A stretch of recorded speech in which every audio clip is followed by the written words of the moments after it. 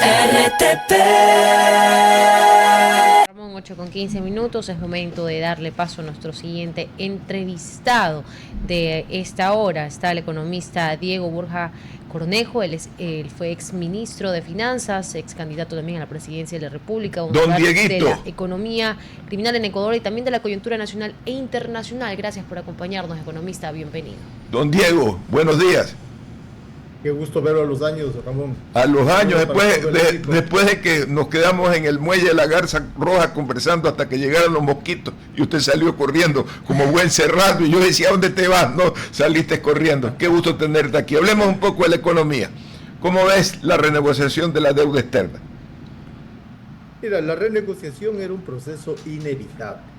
Eso lo habíamos venido diciendo desde hace varios meses atrás, que el peso que iban a tener los vencimientos en el 2026 iban a ser más complicado todavía las finanzas públicas de lo que ya estaban, con unas necesidades de financiamiento muy altas, con unos pagos por servicio de deuda muy altos y con una deuda que está bordeando ya los 100.000 millones de dólares en una economía de 135.000 millones de dólares. Es decir, es realmente muy pesado ese fardo que lleva la economía ecuatoriana con la deuda. Por tanto, era inevitable. El problema es cómo se negoció. Es una negociación bastante lesiva comparando con otras que ha tenido el Ecuador, pero ese reperfilamiento, renegociación, como se lo quiera llamar, era inevitable. El problema es la forma de negociarla, donde, entre otras cosas, llama mucho la atención, por ejemplo, estas cláusulas de que no puedes comprar la deuda sino al precio nominal, ¿no? Cuando en realidad un tema de deuda es como cualquier otra mercancía, digamos, entre comillas, en la cual tú tendrías que comprar al precio de mercado, porque eso le beneficia en un momento determinado al tenedor, si es que es del caso, el mercado está a su favor, o al deudor, como ha sido en otras ocasiones. Ese es realmente el mayor problema, porque eso va a generar que en vez de un alivio a largo plazo, se convierta otra vez en poco tiempo más. Es decir, no se aprovecha el descuento de mercado que bordeaba, si mal no recuerdo, en el mejor momento 50%, creo que estaba el descuento. Depende cómo esté la economía, ¿no? En un momento puede ser el 50, otro el 20, otro el 30, otro el 70, pero esa diferencia que estaría dando el mercado en un momento determinado ahora no se va a aprovechar. Y eso, te digo, llama la atención porque en una renegociación hay que plantearse las mejores condiciones para la República, pues, no para los tenedores. Y acá parece que trabajaron más bien para los tenedores. Economista, en alguna forma podemos decir que era el único camino que tenía el gobierno. Ahora, con una deuda abultada por una acumulación histórica de la deuda, no se puede responsabilizar solo uno. Recuerdo que parte de la deuda externa fue en su momento, por dar un ejemplo, el recolector de basura que nos costó 20 millones de dólares en 79, 80, a valor presente. Esos son como 500 millones de dólares más los intereses, o más los intereses que hemos ido haciendo. ¿Cómo parar, hacer un stop en un país que necesita seguir haciendo inversión pública? ¿Cómo manejar los flujos? A ver, es muy buena la pregunta, Ramón, porque como tú sabes, no es que endeudarse sea malo. Igual que en el campo privado, si uno se endeuda para aumentar la capacidad productiva, para aumentar el capital, para aumentar los activos, es una buena deuda. Si yo quiero iniciar un emprendimiento, un área agroindustrial y necesito nuevos hilos, nueva maquinaria y me endeudo en eso y eso me permite aumentar mi capacidad productiva, estoy haciendo un uso adecuado de la deuda, porque entonces mi capacidad de pago va a estar relacionada con este incremento de activos vinculada a la deuda. El problema es cuando se han usado las deudas de una manera que no han ampliado esta capacidad de producción de la economía nacional. Y acá realmente hay dos momentos entre lo que ha sido el proceso de endeudamiento ecuatoriano, que además es viejo, porque el proceso de endeudamiento ecuatoriano agresivo inició junto con la era petrolera, en la dictadura del triunvirato de los 70. Ahí empieza el endeudamiento agresivo. Pero eso terminó con un relativo, llevado a valor presente, debe estar por los 8.000 millones, o sea, llevado a valor presente eso, los militares no llegaron, bordearon los 1.000 millones de dólares, luego vino una expansión agresiva en el gobierno de Roldós, si mal no recuerdo, usted es el economista y el que tiene mejor las cifras. Es correcto, es decir, el problema no es, acá no hay que hablar en volúmenes porque la economía ecuatoriana también se ha incrementado, más bien es en los pesos relativos que ha tenido la deuda. Los momentos más duros del endeudamiento ecuatoriano son en la década de los 80, después de la muerte del presidente Roldós, cuando incluso entramos en un proceso de default en el gobierno de Osvaldo Hurtado, donde era realmente imposible, el fardo bordeaba el 70% de las necesidades de pago en el presupuesto. Recordemos que ahí se tuvieron que hacer acuerdos con el Fondo Monetario Internacional en el 82, en el 83, luego en el gobierno de Febres Cordero, en el gobierno de Borges se hizo la renegociación a través de los bonos Brady, etcétera, etcétera. Pero hay un punto de quiebre, que es en el año 2009, cuando se hace un reperfilamiento, ese sí a favor de la República, cuando se renegocian los bonos 2012 y 2030.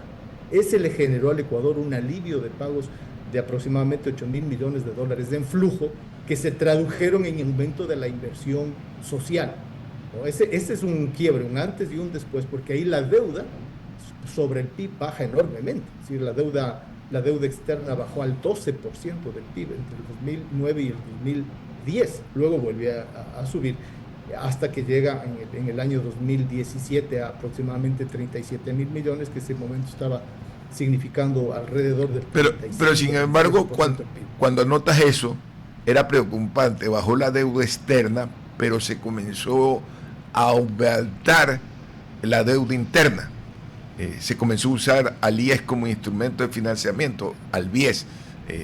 Al BIES básicamente, que ya, si mal no recuerdo, ya había una transmisión, es decir, se cambió deuda externa por deuda interna. ¿Cómo analizas eso? En el fondo la deuda pública seguía creciendo agresivamente.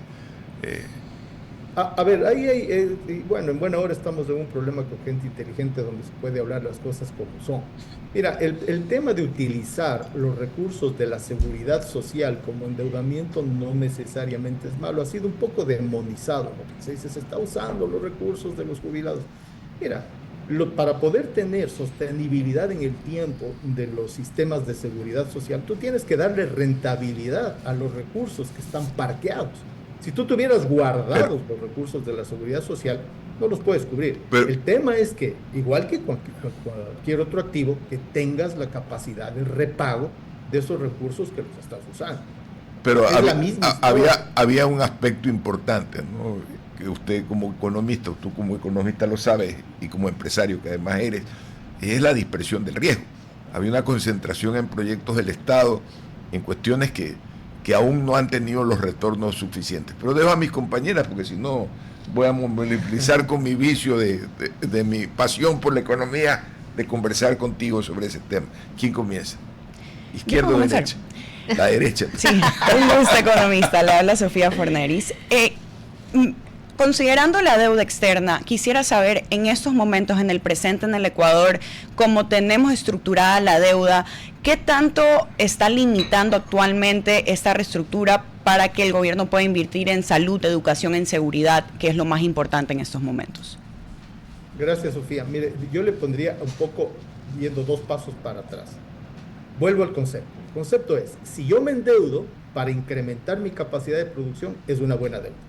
El problema está cuando me endeudo y no he incrementado mi capacidad de producción.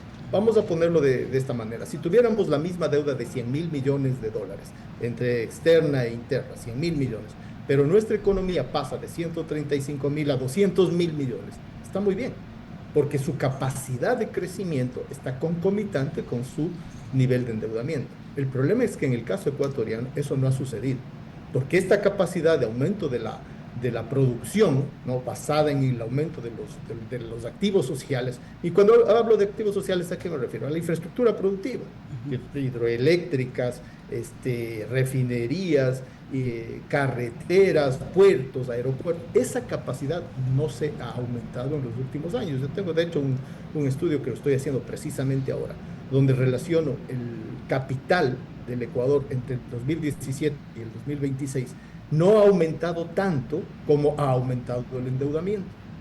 Entonces, si vemos el periodo anterior, del 2007 al 2017, el capital aumenta y la economía aumenta. Entonces, ahí hay una correlación. Acá no se puede hacer estas inversiones por esta falta de asignación de los recursos de deuda al aumento de capital. Y una parte del capital, lo que usted menciona, una parte del capital en el siglo XXI es el capital en la gente, en el talento humano, en el capital humano, como le quieran llamar, que es salud, educación, innovación, capacitación, capacidad de incremento del valor agregado en las personas para que puedan a su vez traducirlo. Todas las nuevas industrias en el siglo XXI son basadas en el conocimiento y en la innovación, todas, incluyendo desde la guerra hasta los sistemas de alimentación. Entonces, esa falta de inversión en la gente, que en el caso ecuatoriano se desprecia. Pero, por ejemplo, esta última reforma que están haciendo al COTAD es un desprecio del capital humano. Están diciendo hay que aumentar la inversión, ¿no?, entre comillas, que solamente la inversión física, cuando el resto de la inversión, que sobre todo en el capital humano, la están dejando de lado. Economista. Entonces, ese elemento ha bajado la capacidad de asignar a educación y a salud. Justamente allá quería ir y quería pedirle que nos dé su análisis sobre esta materia, porque ya después de haberla aprobado, luego de haberse, no sé si tan bien debatida, pero hablado y comunicado muchas cosas, tanto por parte del correísmo como del oficialismo, del beneficio y los contras que puede tener esta reforma al COTAD. Quería consultarle qué tan cierto es que el gobierno podría estarse ahorrando, o tal vez la palabra sería beneficiando, con $1.000 millones para que se queden en la caja fiscal. ¿Qué tan cierto es y qué tan útil resulta ser este beneficio o este rubro que va a salir o no se va a destinar ya para los GATS? Usted habla algo muy importante, lo que no se está tomando en cuenta. La obra gris no es la única forma de contabilizar cuál es el beneficio en una ciudad, sino también la parte humana. ¿Cómo usted analiza esta materia? Por lo que usted acaba de decir al último, lo fundamental es la parte humana. La obra gris tiene que estar a favor del ser humano. No es la obra gris por la obra gris, el alcantarillado, las carreteras, el alumbrado eléctrico, lo que le quieran llamar como obra gris, tiene que estar a favor del ser humano, más todavía en el siglo XXI. Pensemos que en este siglo, básicamente el capital está en el talento humano, básicamente. Y si ustedes quieren un ejemplo extremo, en las últimas guerras que hemos visto en el mundo, en América Latina, en el bombardeo a Venezuela, básicamente lo que estuvo por detrás de eso es una capacidad enorme de manejo de la inteligencia, dicen de la inteligencia artificial, pero es la inteligencia artificial generada por los humanos. Entonces, la obra gris tiene que estar a favor de los humanos, y en la reforma del COTAD lo que hacen es disminuir, o con unas regulaciones además tramposas, que lo que se hace es 70-30, de que se destine básicamente a infraestructura física y se limite la capacidad de inversión. ¿En qué? En educación, en salud, en cuidados, en cultura. En cultura, a veces se dice la cultura, ¿qué tiene que ver con la producción? Un pueblo que no tiene una capacidad cultural elevada difícilmente puede llegar a niveles de innovación, de capacidad tecnológica elevada. Entonces, es una reforma perniciosa con una visión muy de corto plazo, que es ahorrar recursos para poder servir a la deuda, ¿no?, ahorrarse esos $1.000 millones que le deben a los gobiernos locales, pero es un ahorro de corto plazo que le va a pesar a la sociedad ecuatoriana. Economista, el gobierno se ahorra, pero la sociedad termina pagando. Y aquí le voy a también a extender un poco, ¿no? Y a pedir que me extienda un poco más un detalle de la respuesta que me acaba de dar. En el caso de Guayaquil, desconozco en sentido de que no me he puesto a leer exactamente ni estudiar cómo se distribuyen los fondos en Quito, pero en el caso de Guayaquil, por ejemplo, el diario digital Primicias hacía una contabilidad de cuáles eran los mayores gastos que tenía la ciudad o en los cuales se había invertido más. Entonces estaba el tema de aseo, de ahí venía como segundo mayor gasto entre 122 millones y 89 millones, estaba el tema de la obra en temas viales y otros. Pero junto a estos 5 gastos mayores que tenía y otros, según la fórmula que establece ahora la reforma del COTAD, hacían cerca de 200 millones y algo más, no, más. Era un rubro que llegaba al 34% más o menos. Le doy por porcentaje porque es lo que me acuerdo de Diario Primicias. Pero sí tengo lo siguiente, por ejemplo. Dice este diario, señalaba un poco más abajo que el rubro podría aumentar si se tomara en cuenta, por ejemplo, otras cuentas que algunos GAT no suelen considerar como inversión, sino como egresos para personal de inversión. Y aquí incluyen las transferencias, las donaciones para la inversión, que son destinadas a empresas públicas y a otros egresos de inversión como tasas, contribuciones y también como costas judiciales. En el caso del Cabildo porteño lo registra de esta manera y el monto se elevaba, por ejemplo, de esos más de 200 millones a 454 millones, cosa que, por ejemplo, en la nueva fórmula de COTAD que se establece, más o menos, si se tomaría en cuenta el rubro de Guayaquil del 2025, o sea, el presupuesto del 2025 tenía que llegar a los 600 millones o superar los 600 millones para tener que no ser castigados con lo que establece ahora el COTAD. Le pregunto, dentro de esta figura de egresos para personal de inversión, ¿no entra lo que estamos hablando en estos momentos? El tema, por ejemplo, de destinar fondos a las empresas públicas que generan, por ejemplo, tránsito, seguridad y otros, ¿ahí no se lo encajaría? Pero por supuesto. Y ese es el problema precisamente de lo que estamos hablando. Con estas triquiñuelas legales, entonces si usted, por ejemplo, deja de considerar gasto de inversión, por decir, a los vigilantes asociados a la seguridad que está instalada en maquinaria, equipamiento, postes, yo qué sé, todo eso. Entonces, usted tiene el capital físico, ya claramente es inversión, pero no tiene el capital humano asociado a esa inversión, porque no lo puede tener debido a que le están obligando a hacer una restricción en lo que en este caso están considerando capital, no están considerando capital de inversión, sino gasto corriente. Uh-huh. ¿Qué es eso? Es decir, el gasto en los vigilantes asociados a esta inversión física, ¿qué es? ¿Inversión o es gasto? El gasto asociado a los médicos que están en una unidad que ha montado un municipio para atender a las personas mayores o a las mujeres embarazadas, ¿qué es eso? El gasto que está asociado, en el caso de cualquier colegio municipal, a los profesores, a los laboratoristas que enseñan a los chicos, ¿qué es eso? Entonces, al restringirle esa posibilidad de gasto, lo que usted está teniendo es un capital físico inservible en palabras morochas, ¿no? Entonces, esa diferenciación es perniciosa, porque al final del día, quien termina no recibiendo el servicio, tiene usted un gran montaje de un centro de salud, pero no tiene ni médicos, ni dentistas, ni enfermeras, ni gente que le atiende, porque no puede gastar en ese capital que es de inversión, que hoy día está siendo considerado como gasto corriente, entonces simplemente no lo va a poder poner en valor. Ahora, ¿hay municipios que desperdician? Claro que sí, pero no porque haya ciertos casos de municipios se va a hacer como que eso fuera la regularidad. Hay casos, por supuesto, y eso hay que controlarlo, sin lugar a dudas.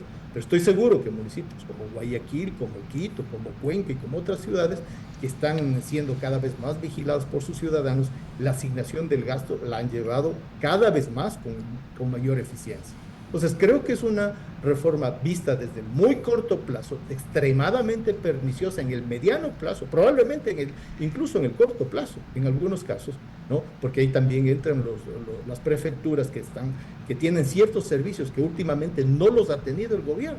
Servicios en seguridad, en salud, servicios de salud, servicios de protección que no los ha tenido el gobierno y que con esta reforma van a vulnerar. Además que hay otra cosa, y que no hay cómo hacerlo tabla rasa, porque sí, en términos económicos es muy malo, pero también en términos jurídicos se está vulnerando la autonomía de los gobiernos locales, que ha sido además una lucha de los ciudadanos de mucho tiempo en muchas ciudades del país y se está volviendo a un centralismo pernicioso que nunca se ha terminado, ¿no? Pero que de alguna manera se había moderado. Le quedamos muy agradecidos, querido economista Borja, los tiempos que conversamos. Un fuerte abrazo. Y ya no hablamos de la economía criminal, pero para la próxima será. Bueno, estaremos pendientes la próxima semana. Ahora que tienes tiempo para hacer análisis, vamos a hacerlo más a menudo. Un abrazo inmenso y una gran mañana. RTP